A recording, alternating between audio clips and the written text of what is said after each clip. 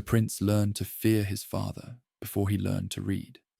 Frederick William I, King of Prussia, believed that discipline forged character, the way fire forged steel, through heat, pressure, and the burning away of everything soft. His eldest surviving son, born in Berlin on January 24th, 1712, would experience that philosophy as daily torment. His childhood a battleground where a father's brutality met a son's stubborn soul. Prussia, in the early 18th century, was not yet a great power, but a kingdom determined to become one. The Hohenzollern dynasty had assembled their realm, piece by piece, across generations. Brandenburg here, ducal Prussia there, scattered territories along the Rhine, creating a state that sprawled across the map without natural borders or geographic logic. What held it together was not terrain, but will. The will of rulers who understood that a middling kingdom surrounded by stronger neighbors could survive only through discipline, efficiency, and military strength. Frederick William I embodied this understanding with a ferocity that bordered on mania. He had inherited a court of Baroque extravagance and immediately stripped it bare, dismissing musicians, selling jewels, slashing expenditures with the ruthlessness of a man who saw waste as sin. The money saved flowed into his true passion, the army. He doubled its size, drilled it into the most precisely disciplined force in Europe, and assembled a personal regiment of extraordinarily tall soldiers, his Potsdam giants, whom he collected with the obsessive devotion other monarchs reserved for art or mistresses. Into this household of martial austerity, young Frederick arrived as a profound disappointment. The boy showed no interest in soldiers or drilling. He fainted at the sight of hunting, that essential aristocratic blood sport. He preferred books to barracks, music to muskets, French poetry to Prussian discipline. Everything about him seemed designed to offend a father who valued only strength, obedience, and the hard virtues of the camp. His mother offered a different model.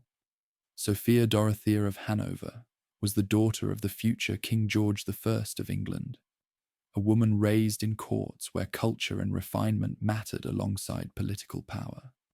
She spoke French, patronized the arts, and maintained connections to the broader European world of enlightenment, thought that her husband regarded with suspicion. She loved Frederick with fierce protectiveness and encouraged the intellectual curiosities that his father tried to beat out of him.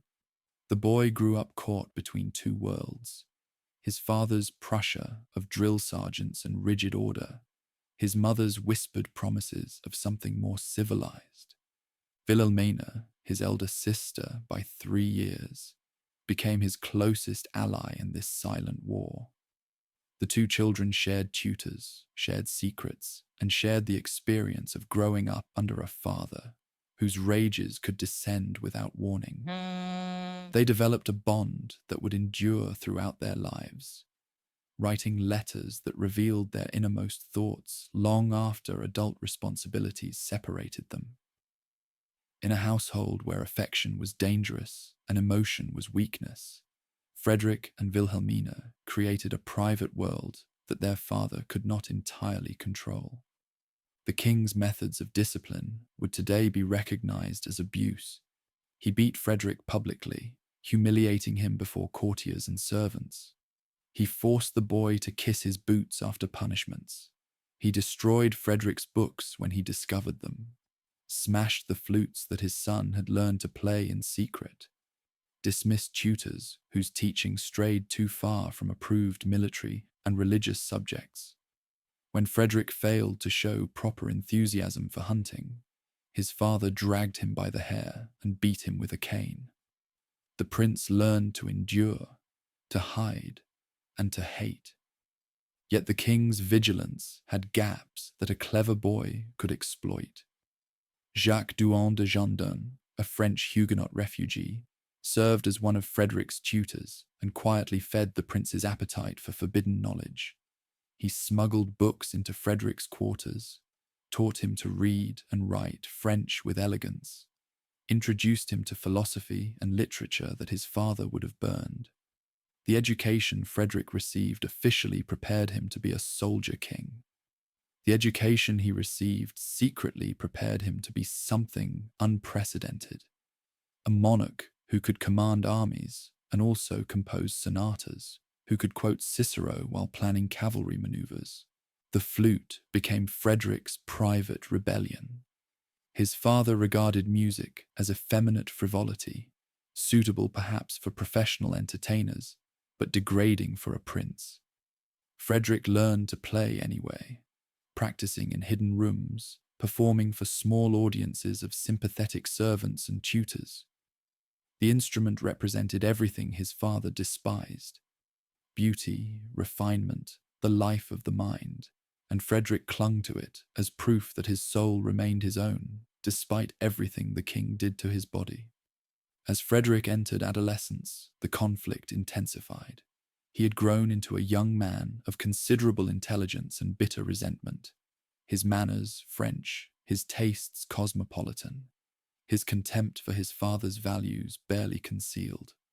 The king saw in his heir everything he had spent his reign trying to eliminate from Prussia: softness, pretension, the corruption of foreign influence. Their encounters became increasingly violent, the king's rages more frequent, the prince's defiance more pointed. A diplomatic scheme briefly promised escape. Sophia Dorothea had long promoted a double marriage that would bind Prussia to England. Frederick would marry an English princess. Wilhelmina would marry the Prince of Wales. The arrangement would strengthen ties between the two Protestant powers, while giving Frederick access to a court where his cultural interests would be welcomed rather than punished. For a time, the prince allowed himself to hope that marriage might liberate him from his father's tyranny.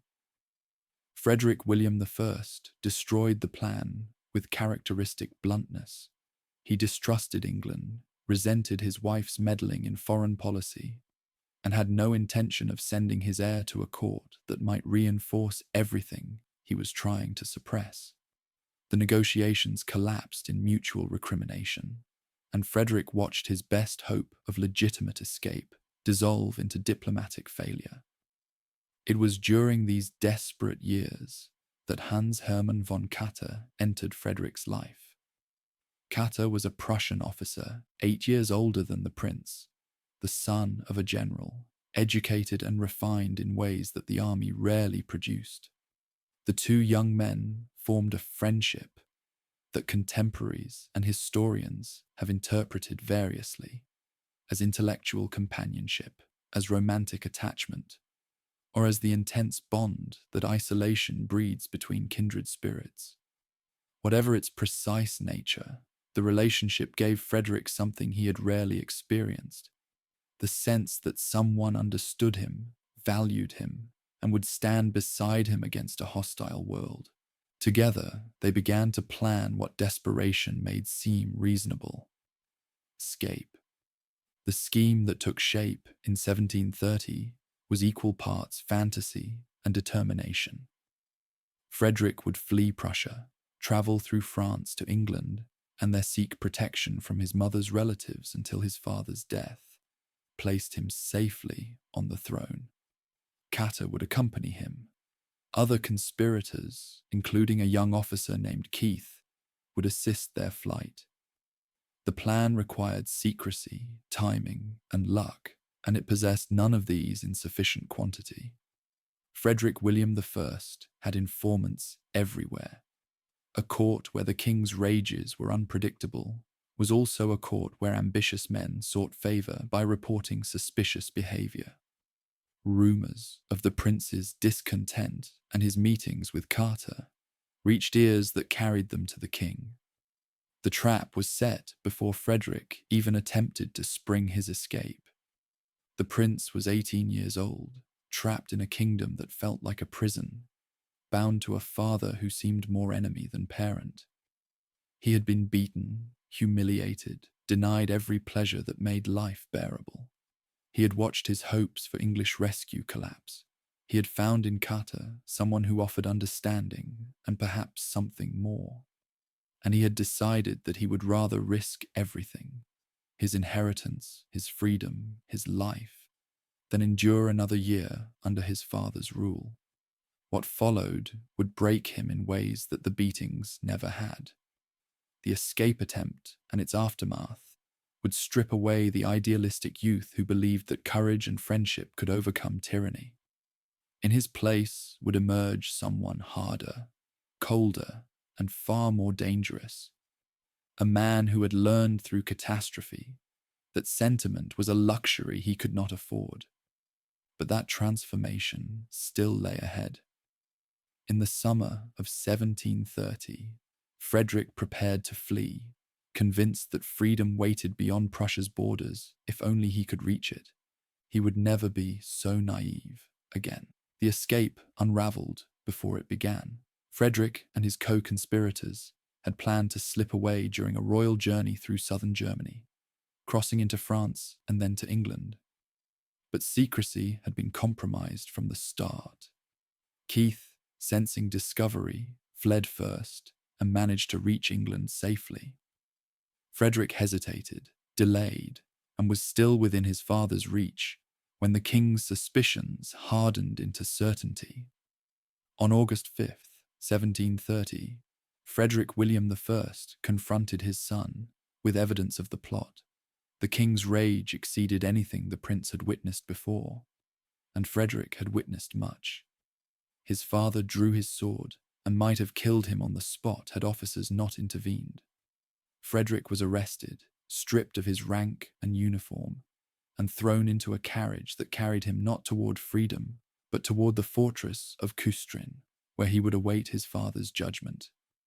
Kata was arrested separately, his fate sealed by his participation in what the king chose to characterize not as a prince's rebellion, but as an officer's treason. Under Prussian military law, desertion was punishable by death. The king could have shown mercy.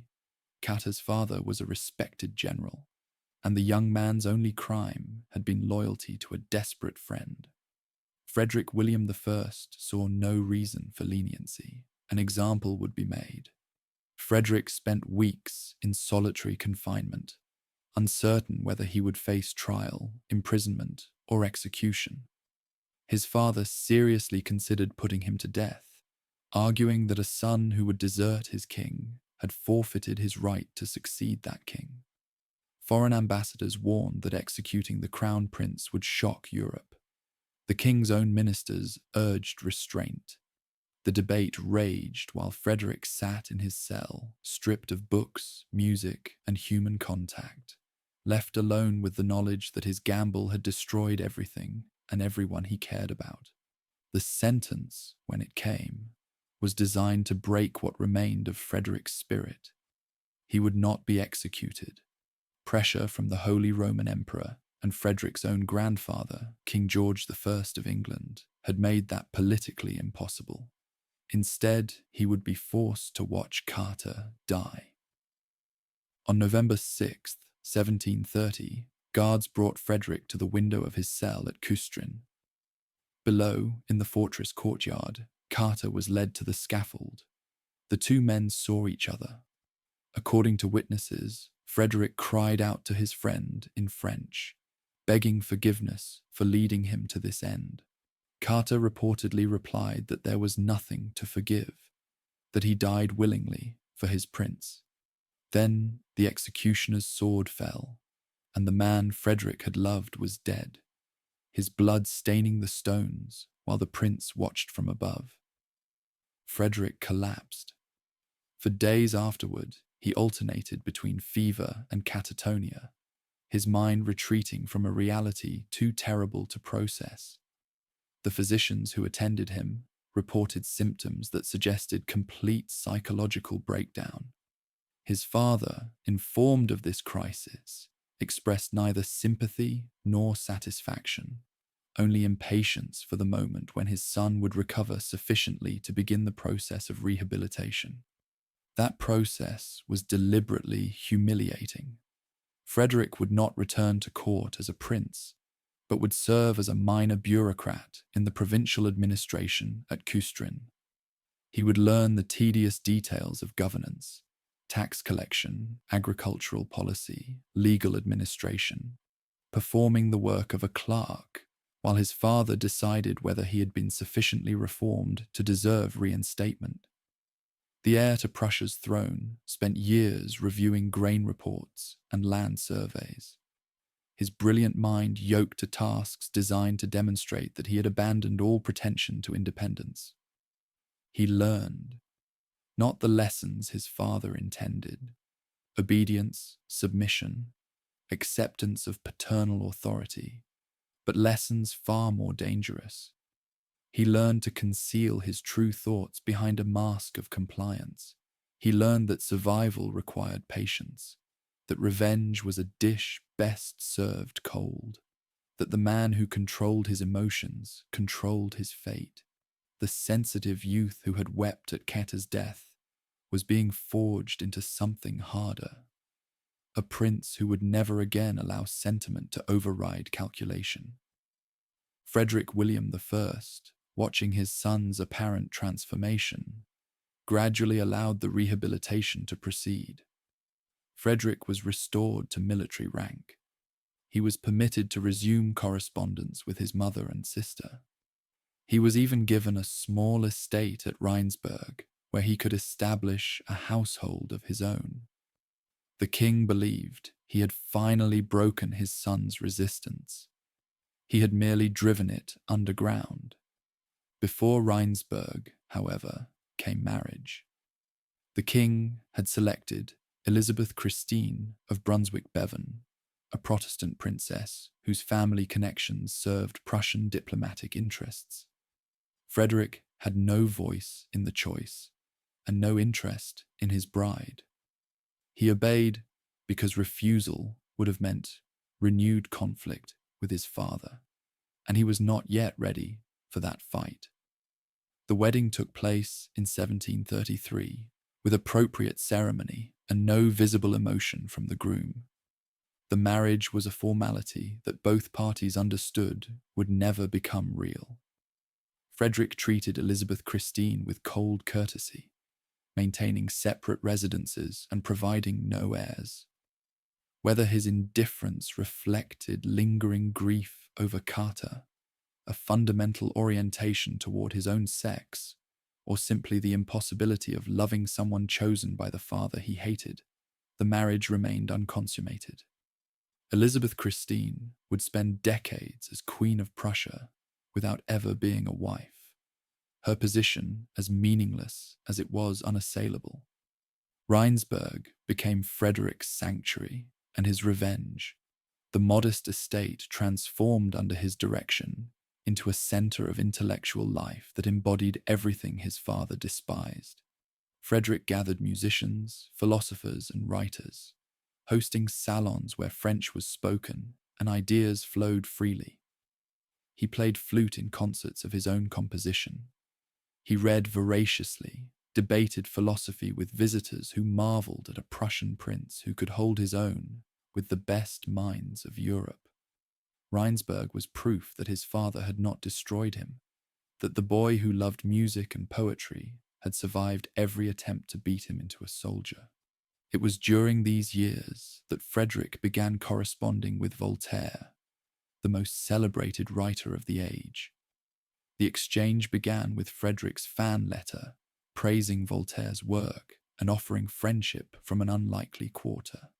A Prussian prince whose kingdom was famous for soldiers rather than thinkers. Voltaire, flattered and intrigued, responded warmly. The correspondence that developed would continue for decades, a meeting of minds that both men valued, even as their relationship later soured into mutual resentment. Frederick also wrote. His Anti-Machiavel, composed at Rheinsberg and published with Voltaire's assistance, argued that princes should govern for the benefit of their people rather than their own power, that conquest for its own sake was immoral, that enlightened rulers had duties that transcended personal ambition. The work established Frederick's reputation as a philosopher prince, a monarch who thought seriously about the ethics of power. Its idealistic arguments would later seem ironic, even hypocritical, when Frederick proved willing to wage wars as ruthless as any Machiavelli might have recommended. But that contradiction lay in the future. At Rheinsberg, Frederick could imagine himself as the ruler he wanted to be: cultivated, humane, devoted to reason and the arts. The years from 1736 to 1740 were perhaps the happiest of his life, a brief interval when he could pursue his interests without fearing his father's violence or bearing the burdens of actual rule. He was 30 years old, surrounded by friends who admired him, engaged in intellectual work that satisfied his restless mind. If time could have stopped, he might have been content to remain a philosophical prince indefinitely. Time did not stop. In May 1740, Frederick William I died after years of declining health. The relationship between father and son had never healed. The old king reportedly expressed doubt on his deathbed about Frederick's fitness to rule, still unable to trust the son whose spirit he had tried so hard to crush. But trust was no longer required. The crown passed automatically, and the prince who had been beaten, imprisoned, and forced to watch his closest friend die became Frederick II, King of Prussia.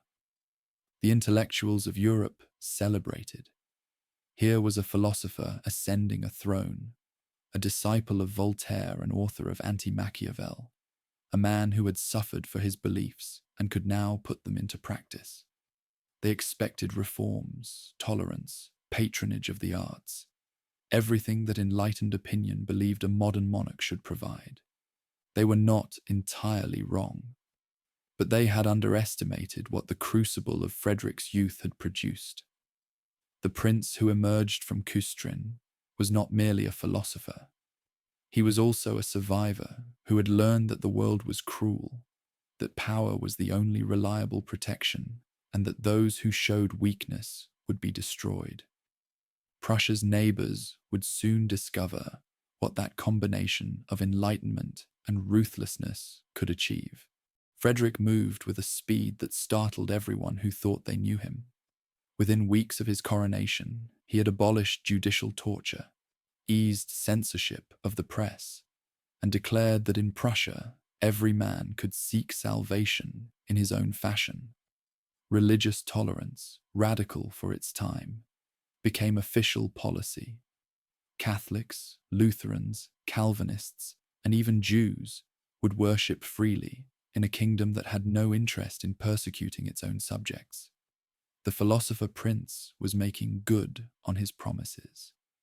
Yet even as he proclaimed enlightened principles, Frederick was calculating something far less philosophical. His father had left him an army of 80,000 men, magnificently trained and never tested in serious combat. The treasury held 8 million thalers, a fortune for a kingdom Prussia's size. And on October 20th, 1740, barely 5 months after Frederick took the throne, Emperor Charles VI of Austria died without a male heir. The death created a crisis that Frederick recognized as an opportunity. Charles had spent years securing agreement from European powers that his daughter Maria Theresa would inherit all Habsburg territories, an arrangement called the Pragmatic Sanction. But agreements meant little when a young woman sat vulnerably on a throne that ambitious men coveted. Bavaria challenged her succession. France saw a chance to dismember its old rival, and Frederick saw Silesia. The province lay along Prussia's southern border, wealthy in industry, rich in population, and strategically positioned to dominate Central European trade routes. Habsburg claims to Silesia were legally sound, but practically weak. Maria Theresa had no army ready to defend distant provinces, while her succession itself remained contested.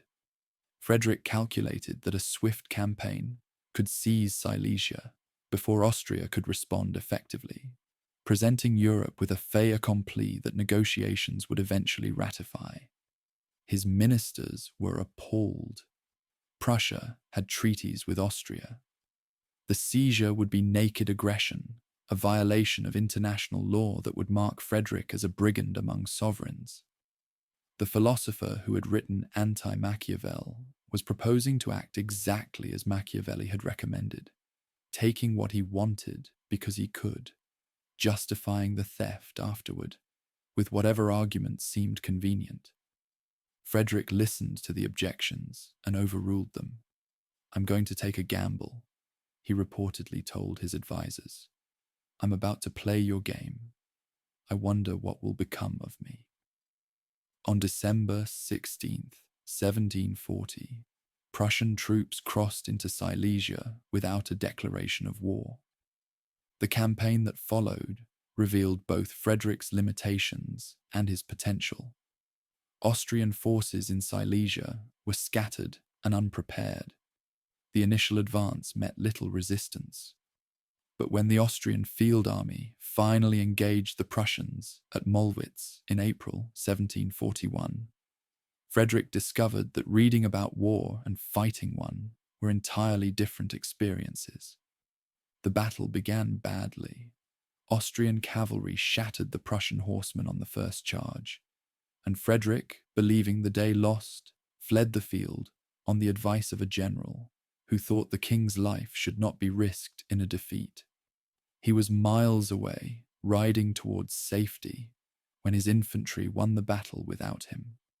The Prussian foot soldiers, drilled to mechanical perfection by Frederick William I, held their lines and delivered volleys so devastating that the Austrian army broke and retreated.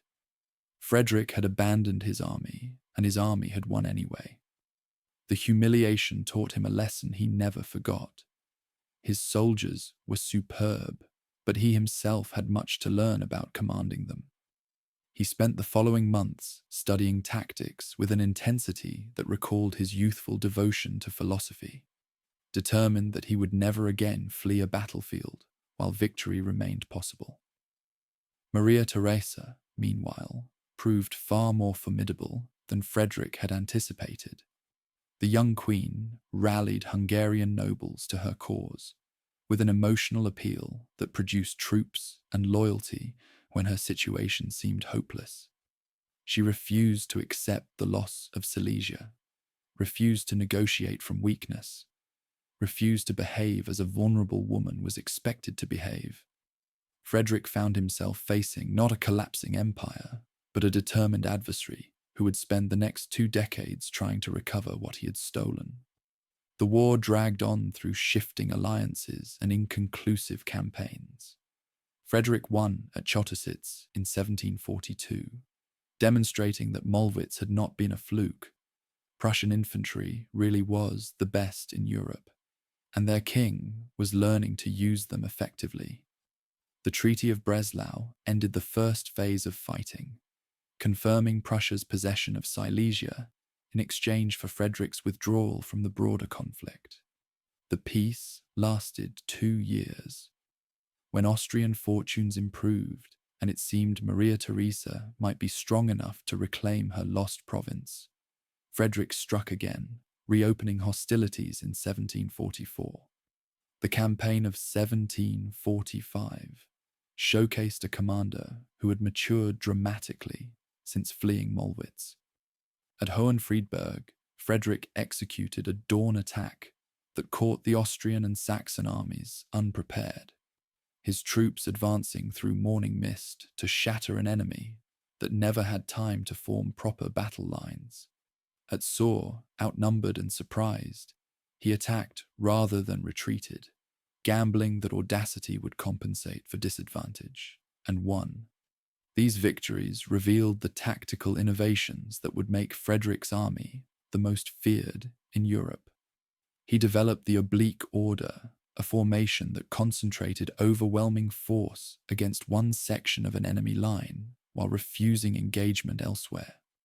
The approach required precise drill, perfect discipline, and commanders who understood that speed and concentration mattered more than numerical superiority. Frederick's soldiers could march faster, deploy quicker, and deliver more firepower per minute than any opponents they faced. Their king was learning to exploit these advantages with a creativity that transformed warfare. The Treaty of Dresden in December 1745 ended what historians would call the War of Austrian Succession, at least as far as Prussia was concerned. Maria Theresa, exhausted by years of fighting on multiple fronts, formally ceded Silesia in exchange for peace. Frederick had gambled everything on a war of aggression and won, doubling Prussia's population, securing its wealthiest province, and announcing to Europe that a new great power had emerged in the German lands. The cost had been considerable. Tens of thousands of soldiers lay dead across Silesian and Bohemian battlefields. Prussia's treasury, so carefully accumulated by Frederick William I, had been depleted by campaigns that consumed resources faster than taxation could replace them. And Frederick himself had been transformed by experiences that no amount of philosophy could have prepared him for. The chaos of battle, the burden of decisions that sent men to their deaths, the loneliness of command when everything depended on choices made in moments of crisis. He returned to Berlin as a hero, the king who had defied the great powers and won. The army that his father had built and he had bloodied now possessed a reputation that would serve as both weapon and deterrent. Prussia was no longer a kingdom that greater powers could ignore or intimidate. Frederick had made it matter, but Maria Theresa had not forgotten, and she had not forgiven. Even as she signed the Treaty of Dresden, she was planning for the day when circumstances would allow her to reclaim Silesia. The peace that settled over Central Europe in 1745 was not a resolution, but an intermission. Both sides understood that the real war, the war that would determine whether Prussia's rise was permanent or merely temporary, had not yet begun. Frederick used the interval to consolidate his gains and prepare for the conflict he knew was coming. He rebuilt his army, reformed his administration, and cultivated alliances that might protect Prussia when the storm returned. The philosopher king, who had written about the immorality of conquest, now governed a state built on conquest, its survival depending on the military strength that made further conquests possible. The contradiction did not trouble him as much as his younger self might have expected. He had learned at Kustrin that the world punished weakness and rewarded strength. He had learned at Mollwitz that battles were won by soldiers who held their nerve while others fled. He had learned across 5 years of warfare that Prussia could survive only if its enemies feared it more than they coveted its territories. The decade that followed would test whether the fear he had inspired was sufficient to preserve what he had seized. The diplomatic revolution that reshaped Europe in 1756 was designed to destroy Frederick and everything he had built. Austria and France, enemies for centuries, buried their rivalry to unite against the upstart kingdom that had humiliated them both. Russia joined the coalition, its vast armies poised to sweep across Prussia's eastern frontier. Sweden added its forces. Saxony contributed troops and territory. Against this alliance of great powers, Frederick had only Britain, and Britain's support meant subsidies and naval power, not soldiers on the ground where Prussia would have to fight. The numbers were catastrophic. Prussia's population of perhaps 4 million faced enemies whose combined subjects exceeded 80 million. Frederick's army, rebuilt to 150,000 men, would confront forces that could field 500,000. The coalition did not merely intend to recover Silesia, they planned to partition Prussia entirely, reducing the Hohenzollern kingdom to a minor German principality that would never again trouble its neighbours. Frederick chose to strike first rather than wait for the noose to tighten. In August 1756, Prussian forces invaded Saxony, hoping to knock one enemy out of the war before the others could mobilize. The Saxon army surrendered within weeks, its soldiers forcibly incorporated into Prussian units. But the preemptive attack achieved little beyond confirming Frederick's reputation for aggression. The coalition's response was not intimidation, but acceleration. French armies marched east, Russian forces mobilized, and Austria prepared the campaign that would finally crush the thief of Silesia. The year 1757 opened with Frederick facing invasion from every direction. French troops advanced from the west. Austrians pushed north from Bohemia. Russians crossed the eastern frontier. Swedish forces landed in Pomerania. The Prussian army, however well trained, could not be everywhere at once. Frederick adopted a strategy of interior lines, using Prussia's central position to concentrate against one enemy at a time, defeating them in detail before they could combine their overwhelming numbers. The strategy required speed, precision, and luck. Frederick received all three at Rossbach in November 1757. A combined French and Imperial German army of over 40,000 men attempted to outflank the Prussian position, marching in columns that their commanders believed Frederick could not reach in time to attack. They were wrong. Frederick pivoted his army with a swiftness that seemed impossible, catching the Allied forces strung out in march formation. Prussian cavalry crashed into the unprepared columns, while infantry delivered volleys that shattered unit after unit. The battle lasted barely 90 minutes. The Allies lost over 10,000 men. Frederick lost fewer than 600. Rossbach stunned Europe. A French army, supposedly the finest in the world, had been annihilated by a force half its size in less time than it took to serve dinner. Frederick became an instant hero to Protestants across the continent, who saw him as a champion against Catholic aggression. In London, where the government had been wondering whether its Prussian alliance was worth the investment, Rossbach silenced all doubts. But Frederick had no time to savor his triumph. While he had been destroying the French, the Austrians had invaded Silesia and captured its capital, Breslau. The province that had cost so much to win was slipping away. Frederick force-marched his exhausted army east, covering nearly 200 miles in 2 weeks to confront an Austrian force that outnumbered him nearly 2-1. The Battle of Leuthen, fought on December 5, 1757, became Frederick's masterpiece. The Austrian army, commanded by Prince Charles of Lorraine, held strong positions that conventional tactics could not break. Frederick did not attempt conventional tactics. He executed the oblique order with a perfection that military academies would study for centuries, feinting against the Austrian right while massing his real strength against their left, crushing one end of the enemy line before the rest could respond. The Austrians collapsed in confusion, losing over 20,000 men to Frederick's 6,000. Silesia was saved, 2 victories in a single month against 2 great powers. Rossbach and Leuthen established Frederick's reputation as the supreme commander of his age. He had demonstrated that will, speed, and tactical genius could overcome numerical disadvantage. His soldiers believed they were invincible. His enemies learned to fear him. For a brief moment, it seemed possible that Prussia might actually survive the war that was supposed to destroy it. Then came 1759 and Kunersdorf.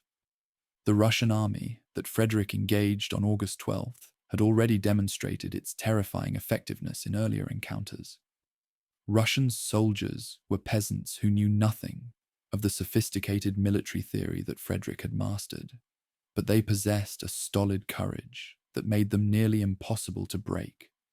They would stand and die where European troops would retreat. They absorbed punishment that would shatter other armies. And at Kunersdorf, they absorbed everything Frederick threw at them. The battle began promisingly. Prussian attacks seized key positions. Russian units fell back. Frederick sensed victory and pressed forward. Then the assault stalled against defenses that would not crumble. Russian counterattacks recovered lost ground. The afternoon sun beat down on soldiers who had been fighting for hours without rest.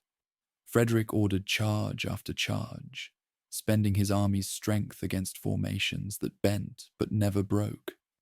By evening, the Prussian army had ceased to exist as a fighting force.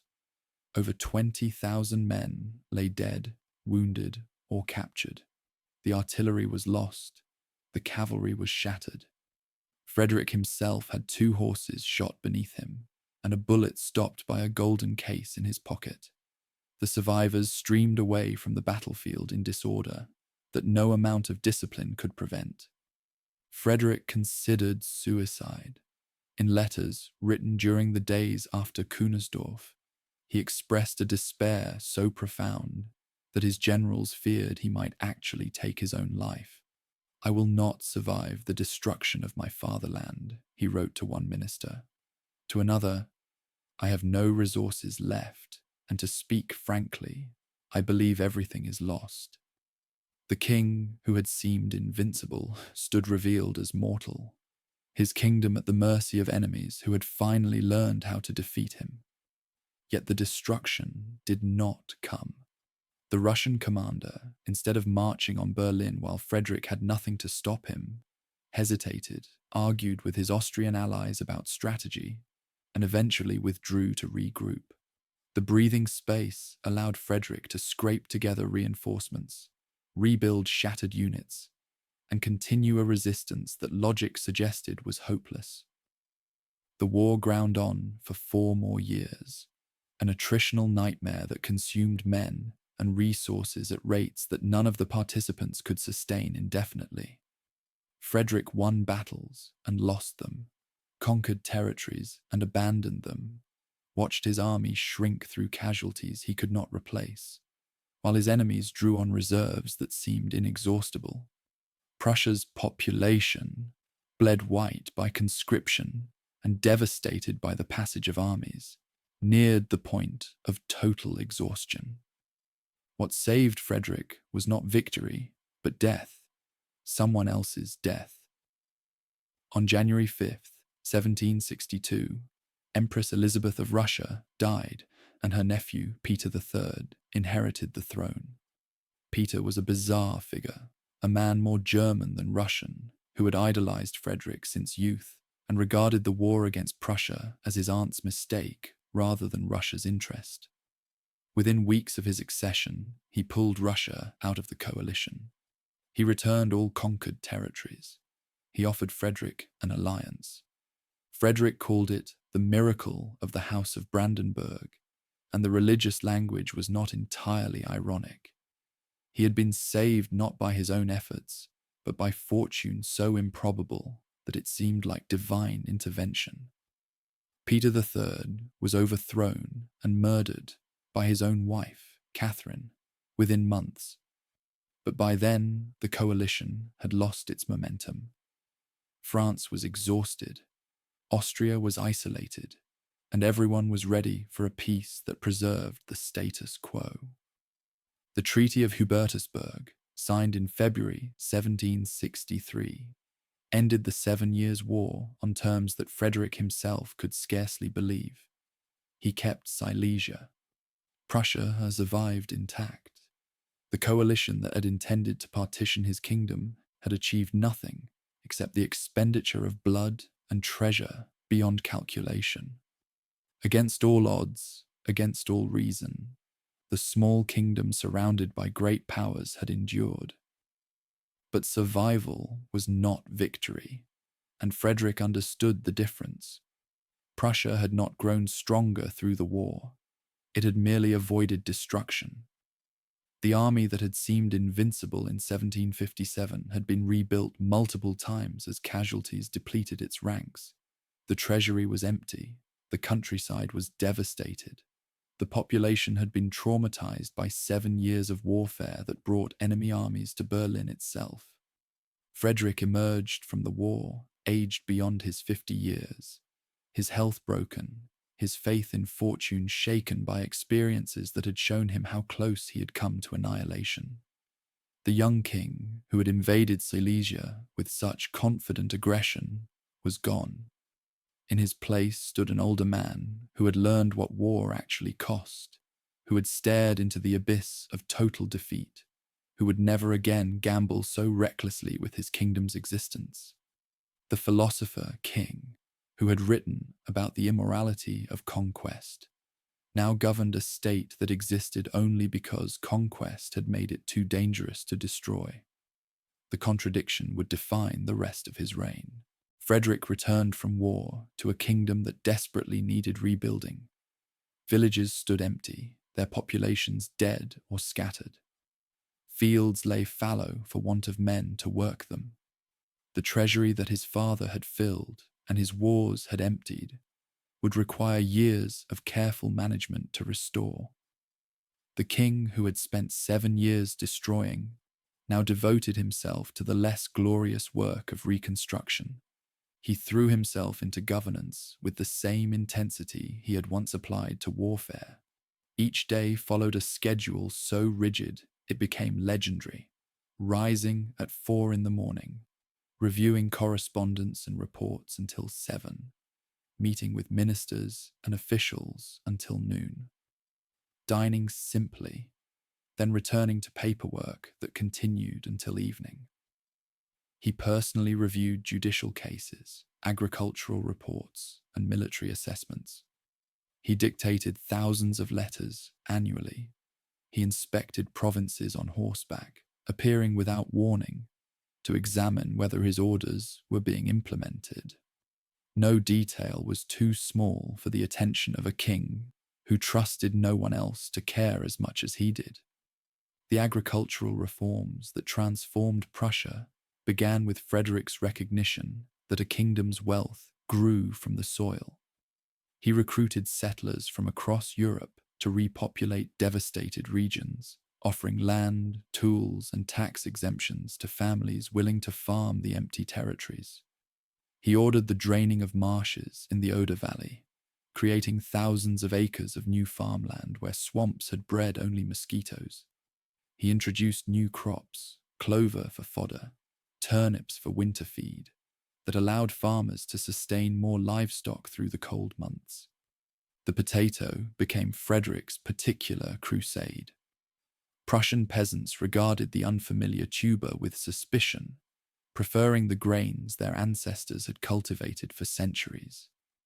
Frederick distributed seed potatoes and ordered their cultivation, reportedly stationing soldiers in fields to guard the crops against skeptical farmers who might let them rot unharvested. The campaigns worked.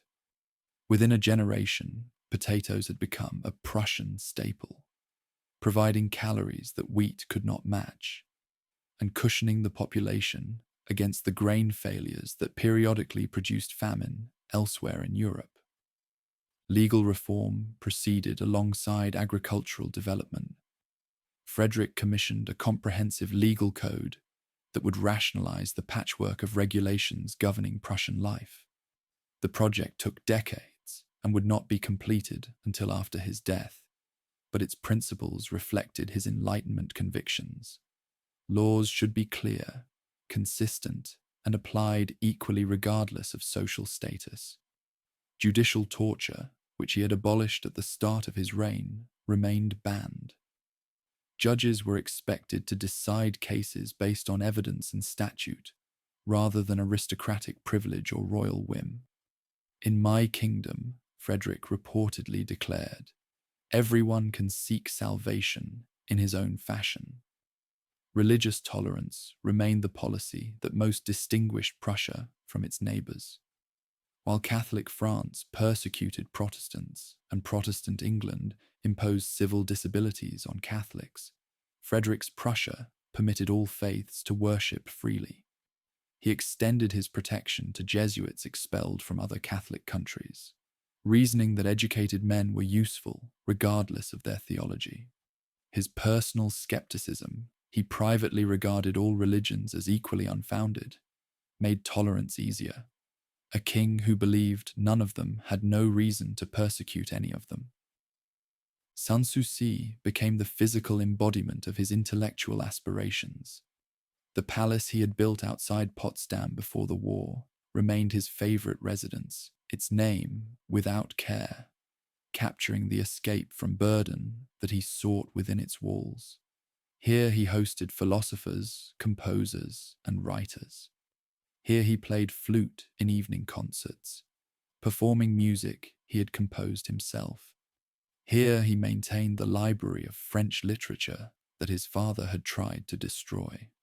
Sanssouci was Rheinsberg perfected, the philosopher prince's dream made permanent in stone and gardens. Voltaire arrived at Sanssouci in 1750, the culmination of a correspondence that had lasted over a decade. Frederick had imagined hosting the greatest writer of the age, dazzling him with Prussian culture, creating a partnership between philosophical king and philosophical genius that would illuminate Europe. The reality proved considerably less harmonious. Voltaire was brilliant but impossible, vain, quarrelsome, and incapable of resisting opportunities for profit that embarrassed his royal host.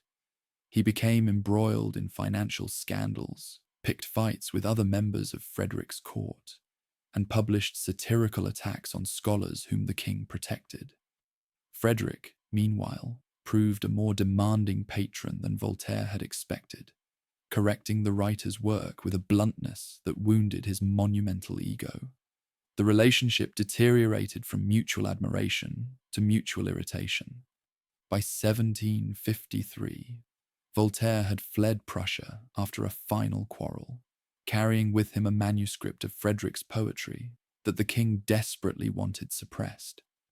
The two men eventually reconciled enough to resume correspondence, but they never met again. Frederick had learned that philosophers were easier to admire from a distance, that genius did not guarantee pleasant company, and that even enlightened kings had limits to their patience. The first partition of Poland in 1772 revealed how thoroughly Frederick had absorbed the lessons of power politics. Poland's elected monarchy and fractious nobility had made it the weakest state in Eastern Europe, unable to defend itself against neighbors who had grown tired of its instability. Frederick joined with Russia and Austria in carving away Polish territory, acquiring West Prussia and connecting Brandenburg to Ducal Prussia for the first time. The acquisition gave his kingdom geographic coherence it had always lacked. The partition was naked theft, justified by the same convenient arguments Frederick had used to seize Silesia 3 decades earlier. He made no pretense of moral justification. "I am a man who acts only for the aggrandizement of my state," he wrote, "and who regards the rest of humanity with complete indifference." The philosopher who had written Anti-Machiavel had become something colder, a ruler who understood that great powers took what they could and kept what they could hold, regardless of the principles they professed. Yet the same king who participated in Poland's dismemberment also devoted hours each day to ensuring that peasants received justice in his courts, that religious minorities could worship in peace, that his kingdom's laws protected the weak against the powerful. The contradictions were real, but so was the complexity of ruling a state that existed only because its king had mastered the immoral game of European power politics. Frederick could afford to be enlightened at home because he had been ruthless abroad. His personal life had narrowed to Sanssouci and his work. Elizabeth Christine remained queen, but Frederick had not seen her in years. They maintained separate courts and communicated when necessary through intermediaries. His closest companions were his greyhounds, who slept in his bedroom and received more affection than he showed any human being. He dined with philosophers and officers, but kept even them at a distance, his emotional isolation deepening with each year that passed. The flute still brought him joy. In the evenings, after the paperwork was done and the ministers dismissed, Frederick played the instrument that had been his rebellion and became his solace.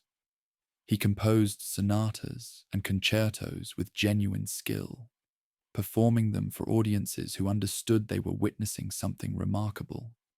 An absolute monarch who had mastered an art that demanded years of practice, whose music revealed depths that his political persona concealed. By 1778, Frederick had transformed Prussia from a war-ravaged kingdom into a model of enlightened administration. Its army remained the best in Europe. Its treasury had recovered. Its agriculture flourished. Its laws were becoming the envy of reformers across the continent. He had proven that a state could be both militarily powerful and intellectually sophisticated, that discipline and culture were not opposites but complements.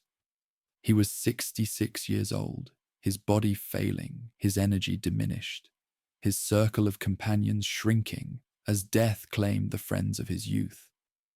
The wars that had defined his early reign seemed distant, their lessons absorbed into habits of caution that now governed his foreign policy. He had no desire for new conquests, no appetite for risks that might undo what decades of effort had achieved. But Europe would not leave him in peace.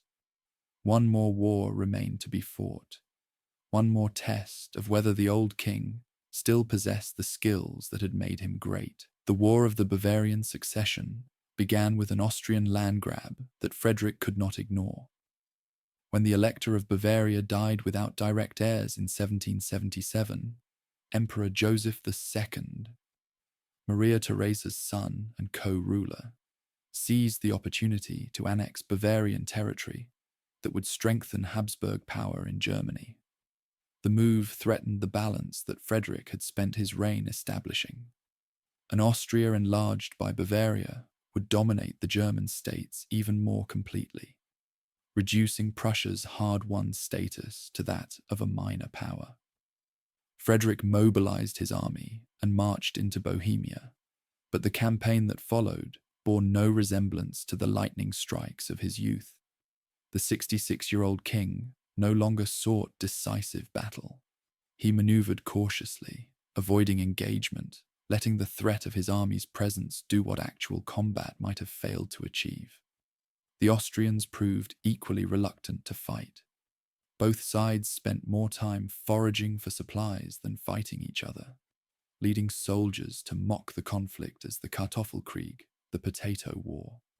Maria Theresa, now elderly and exhausted by decades of rivalry with Frederick, intervened to end the farce.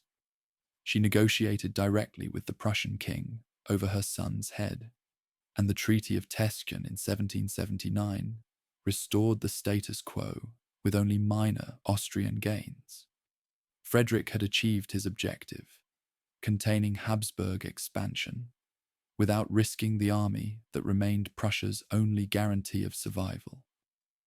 The cautious victory suited an old king who had learned what recklessness cost. But the war revealed how much he had aged. Officers who had served under him for decades noticed that his legendary energy had faded. He tired more quickly, required longer rests, and delegated responsibilities he once would have insisted on handling personally. The body that had survived 2 horses shot beneath him at Kunersdorf was finally surrendering to the accumulated damage of 7 decades. Gout tormented him constantly, swelling his joints and making movement an ordeal. His teeth had rotted away, forcing him to subsist on soft foods that he consumed rapidly to minimize the embarrassment of his condition. His clothing grew shabby as he lost interest in appearances, his uniforms stained and patched, his famous tricorn hat battered beyond respectability. Visitors expecting the magnificent king of European legend found instead a withered old man who looked more like a neglected pensioner than a reigning monarch. The isolation that had always marked his private life deepened as death claimed the companions who had shared his journey. His sister, Wilhelmina, his closest confidant since childhood, had died during the 7 Years' War, a loss that had wounded him more deeply than any battlefield defeat. His generals and ministers, the men who had served him through decades of crisis and triumph, followed one by one into graves he would not visit. The greyhounds remained, but even they could not fill the emptiness that accumulated around him. He continued working with a discipline that bordered on compulsion. The same schedule that had governed his days for decades persisted. The early rising, the endless reports, the audiences, the correspondence. He still rode out to inspect troops and review provincial administration, though each journey exhausted him more than the last. He still played flute in the evenings, though his breath came shorter and his fingers had lost their former agility. The work was all that remained, and he clung to it as proof that he still mattered. His heir offered little comfort. Frederick William, his nephew and designated successor, was everything Frederick despised. Corpulent, sensual, mystically inclined, and lacking the intellectual rigor that his uncle considered essential to kingship. Frederick regarded him with barely concealed contempt, making little effort to prepare him for rule and considerable effort to exclude him from any meaningful role in governance. The succession that Frederick had secured through decades of warfare would pass to a man he considered unworthy of the crown. The judgment was harsh, but not entirely unfair. Frederick William would prove a mediocre king whose reign dissipated much of what his uncle had built. But Frederick's refusal to educate or include his heir ensured that the transition would be more difficult than it needed to be. The old king, who trusted no one completely, could not bring himself to trust the future to a man he held in contempt. In 1785, Frederick undertook one final diplomatic initiative. The League of Princes united German states under Prussian leadership to resist Habsburg attempts to exchange the Austrian Netherlands for Bavaria, another of Joseph II's schemes to expand at German expense. The League demonstrated that Frederick's influence extended far beyond his kingdom's borders, that smaller states looked to Prussia as their protector against Austrian dominance. It was a diplomatic triumph achieved through prestige rather than force, proof that the old king's mind remained sharp even as his body failed. He spent his final years at Sanssouci, surrounded by books, dogs, and the servants who had learned to navigate his moods. Visitors found him bitter, cynical, and occasionally cruel in his assessments of humanity. "Men are wretched creatures," he told one guest. "I have seen too much of them to have any illusions about their nature." The idealism of his youth had curdled into a pessimism that extended to himself as well as others. He knew he would be judged harshly by history, and he no longer cared to shape that judgment. Yet flashes of the old Frederick still emerged. He could still discuss philosophy with genuine engagement, still compose music that revealed sensitivity his public persona denied, still issue orders that demonstrated his mastery of governance. A young officer who met him in these final years left a description that captured the paradox. His eyes, though sunken, still blazed with intelligence. His body was broken, but his spirit remained that of a king. The summer of 1786 found him weaker than he had ever been. He struggled to breathe, could barely eat, and spent hours in a chair on the terrace at Sanssouci, watching the gardens he had designed and the palace he had built. He knew the end was coming. He had faced death too often on battlefields to fear it now in a garden. His thoughts turned, perhaps, to all he had experienced. The father who had beaten him, the the friend who had died for him, the wars that had nearly destroyed him, the kingdom he had somehow preserved. He had been prince and prisoner, philosopher and general, reformer and conqueror.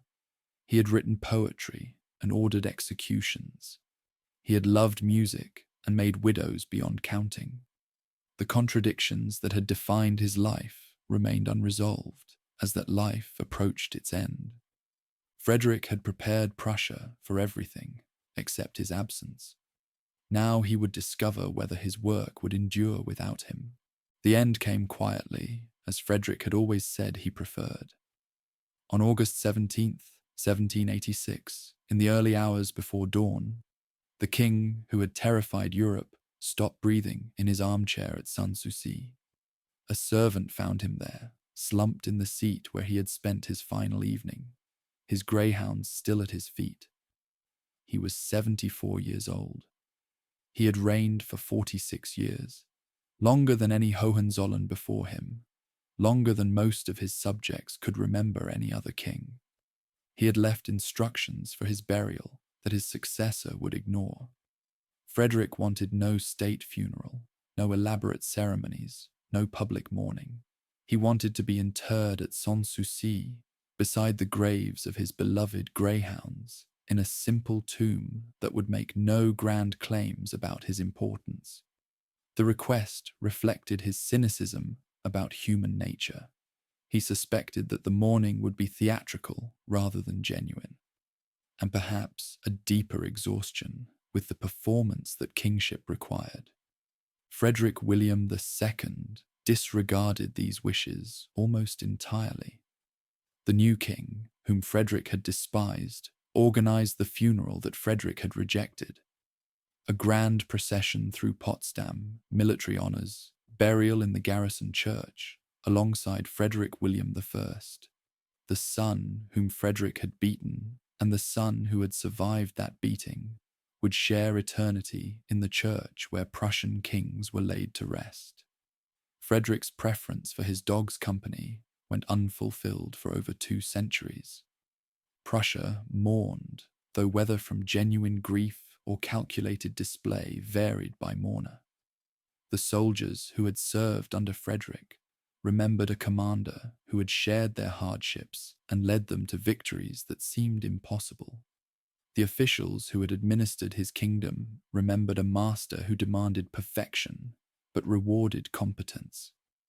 The common people remembered a king who had protected them from arbitrary injustice, even if his wars had cost them sons and brothers beyond counting. Old Fritz, they called him, a nickname that captured both affection and familiarity, the sense that this distant king had somehow belonged to them. Europe's reaction mixed relief with respect. The monarchs who had spent decades fearing Frederick's army and resenting his successes could finally relax. But even his enemies acknowledged that something extraordinary had passed from the world. Frederick had been the dominant personality of his era, a figure whose decisions had shaped the fate of nations, whose military genius had rewritten the rules of warfare, whose philosophical pretensions had challenged assumptions about what kings could be. The Prussia he left behind had been transformed beyond recognition from the kingdom he had inherited. His father had given him 80,000 soldiers and 8 million thalers. Frederick bequeathed an army of nearly 200,000, a treasury restored despite decades of war, and territories that had nearly doubled in population. More importantly, he had given Prussia something that could not be measured in soldiers or silver, a reputation. The kingdom that had been a second-tier German state was now one of Europe's 5 great powers, mentioned in the same breath as France, Austria, Russia, and Britain. The institutions he had built proved more durable than the man who had created them. His legal reforms shaped Prussian law for generations. His administrative systems provided models that other states studied and imitated. His religious tolerance remained official policy long after his death. The army he had trained and led maintained standards of discipline and professionalism that made it feared throughout Europe. Frederick had created not just a reign, but a template for governance that would influence German history until the 20th century. Yet the legacy was darker than admirers wished to acknowledge. Frederick's wars had killed hundreds of thousands of soldiers and countless civilians caught in the path of armies that cared nothing for their survival. His seizure of Silesia had been simple theft, justified by power rather than right. His partition of Poland had erased an ancient nation from the map, condemning its people to foreign rule that would last over a century. The philosopher who had written about the immorality of conquest had proven, when power was in his hands, as willing to conquer as any tyrant he had criticized. The contradiction was real, but perhaps inevitable. Frederick had inherited a kingdom surrounded by larger, wealthier, more powerful states that would have absorbed Prussia if given the opportunity. He had preserved his inheritance through methods that morality condemned, but survival required. Whether this justified his actions or merely explained them was a question that observers would answer differently, depending on their own positions. Those who had suffered under Prussian expansion judged more harshly than those who had benefited from Prussian protection. 20 years after Frederick's death, another conqueror stood before his tomb. Napoleon Bonaparte, having just destroyed the Prussian army at Jena and occupied Berlin, visited the garrison church to pay respects to the king he had studied since youth. If he were alive, Napoleon reportedly told his marshals, we would not be here. The tribute was genuine. Napoleon recognized in Frederick a kindred spirit, a man who had understood that war was an extension of policy and that genius could overcome numerical disadvantage. The French emperor took Frederick's sword and personal effects as trophies, carrying them back to Paris as proof that he had surpassed even the great Prussian. The humiliation of 1806 seemed to prove that Frederick's achievement had died with him. The Prussian army that had been invincible under his command collapsed in weeks against Napoleon's veterans. The kingdom he had built was dismembered, reduced to a rump state that survived only because Napoleon found it useful as a buffer. Everything Frederick had sacrificed to achieve appeared lost within a generation of his death. But the memory of Frederick proved more powerful than the catastrophe of defeat. Prussian reformers invoked his example as they rebuilt the state he had created. Prussian soldiers studied his campaigns as they prepared for the wars of liberation that would eventually expel Napoleon from German soil. Prussian nationalists claimed him as a founder whose vision of German power they would complete through unification under Prussian leadership. Frederick became a symbol that could be adapted to serve whatever purposes his admirers required. The Sanssouci he had loved remained, its gardens and terraces preserved as monuments to a reign that had ended but never quite disappeared. Visitors walked the paths where Frederick had strolled with philosophers, sat in rooms where he had composed music and written poetry, stood on the terrace where he had spent his final summer, watching the grounds he had designed. The palace that had been his escape became his memorial, more fitting than the garrison church where his body actually lay. In 1991, after German reunification had healed the division that the Cold War had imposed, Frederick's remains were finally moved to Sanssouci. A small ceremony, attended by a handful of dignitaries, fulfilled the wish he had expressed 2 centuries earlier. He was buried on the terrace beside the graves of his greyhounds in a simple tomb that bore only his name. The king who had commanded armies and corresponded with Voltaire rests now in the company he had always preferred. His dogs, his books, his music, and the silence of the gardens at dusk. History has not resolved the contradictions that defined his life. He was enlightened and brutal, cultured and callous, philosophical and pragmatic. He abolished torture and waged wars that killed tens of thousands. He championed religious tolerance and participated in the destruction of Poland. He wrote poetry of genuine sensitivity and ordered executions without apparent remorse. The attempt to reduce him to a single verdict, hero or villain, great man or war criminal, founders on the complexity that made him who he was. Perhaps the truest assessment came from Frederick himself in one of the thousands of letters he wrote during his long reign. I have been condemned to play a great role in this world, and I have played it as best I could. The words captured both the burden and the ambiguity of his position. A man who had not chosen his circumstances, but had shaped them as few others in history have done, for purposes that combined self-interest with genuine conviction, through methods that mingled enlightenment with violence. The wind still moves through the gardens at Sanssouci as evening approaches, carrying the scent of flowers Frederick ordered planted and the sound of fountains he designed.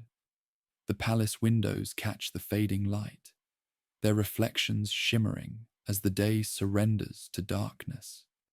Somewhere in the distance, perhaps, the echo of a flute, the instrument of rebellion that became the instrument of solace, played by a prince who became a king, who became a legend.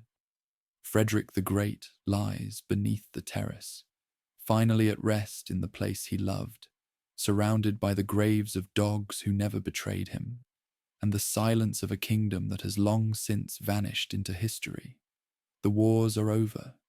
The enemies are dust. The empire he helped create has risen and risen again in forms he could never have imagined. But the music remains, and the gardens, and the memory of a man who proved that a small kingdom, led by someone willing to risk everything, could change the world. Old Fritz sleeps at Sanssouci. The work is done.